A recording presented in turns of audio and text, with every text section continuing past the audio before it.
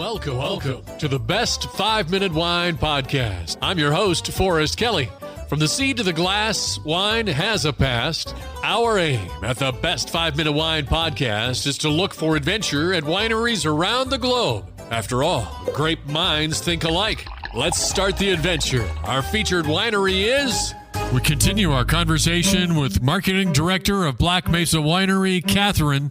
In our initial episode, you were speaking about virtual tasting. How many people are usually participating in these? We've averaged at about 15 to 20 people per tasting. It petered off in May just because, everything was opened up again. So that's why we put the summer on hiatus. But it really, when we launched it, it was more of just to keep people engaged and just as a marketing tool. As far as ROI, I think we pretty much broke even. We want to keep doing in the future, but we almost want to do more of a custom setup where, they reach out to us. We really want, try these wines. And then what we would do is give them recipes that go with the wines. And then it would just be a one-on-one with the winemaker. So we're just kind of toying around with that idea instead of having this pre-scheduled thing every month. We saw that Gray was sort of doing something similar and seemed to be pretty successful. So, that's a lot of times what happens in this industry is that you see a great idea and then customize it for yourself. The people that participate in this, the demographic, where are they coming from? They're just everywhere, or? All over the country. We've got a lot of people in California, even New York, Massachusetts, Florida, Texas, Colorado, all over the place. Yeah.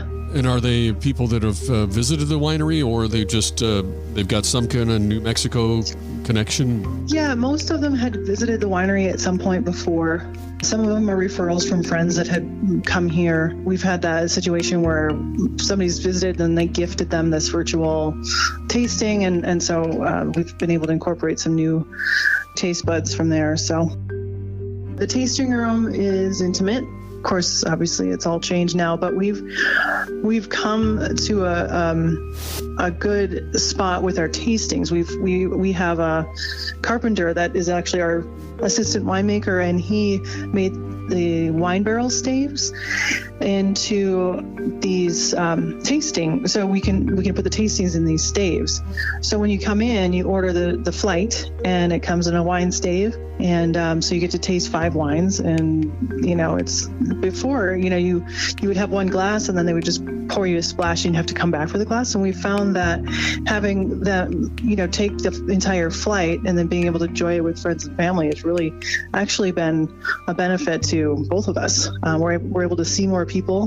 They have everything laid out in front of them instead of having to come back and ask for each wine, sort of thing. So there's a few tastings, a few tables on the inside, and then we have a barrel room that we've just opened up for events and for just if you want to enjoy your tasting in the barrel room. So it's been nice, especially when it's been so hot. That barrel room stays at 60 degrees. So it's a nice place to take respite from the hot summer.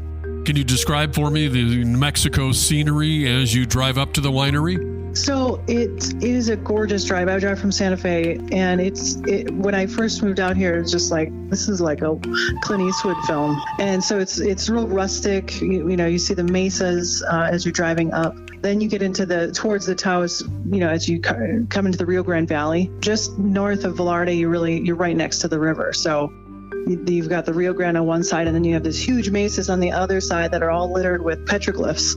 Actually, the valley itself has been there's been people going through there for thousands of years. And so it's just that you can really feel that old history and the rusticness of it. And then the Highway 68 is all paved. And then when you turn into the winery, it's all dirt road there. There's vineyards on the left side. And then they also are behind the winery as well. So you're kind of, once you get in, they're nestled in vineyards.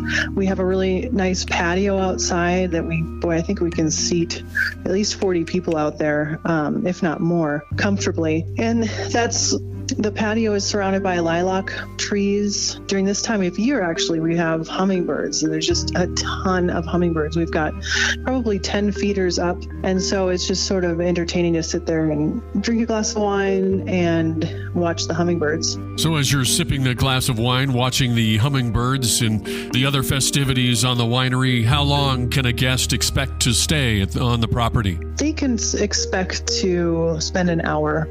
So we do the flights and buy the glass. And we also have, obviously, the hard ciders as well. And then we also have a self-guided petroglyph tour. We give you a map for that.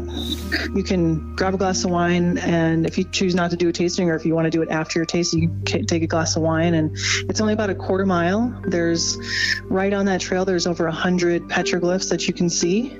And then we have a labyrinth too. So if you have something that you're meditating about, you can enjoy our labyrinth. So I would say you can spend as little as a half hour to as much as 90 minutes on property. Thank you for listening. I'm Forrest Kelly. This episode of the Best 5 Minute Wine Podcast was produced by iHizzle. If you like the show, please tell your friends and pets and subscribe. Until next time, pour the wine and ponder your next adventure.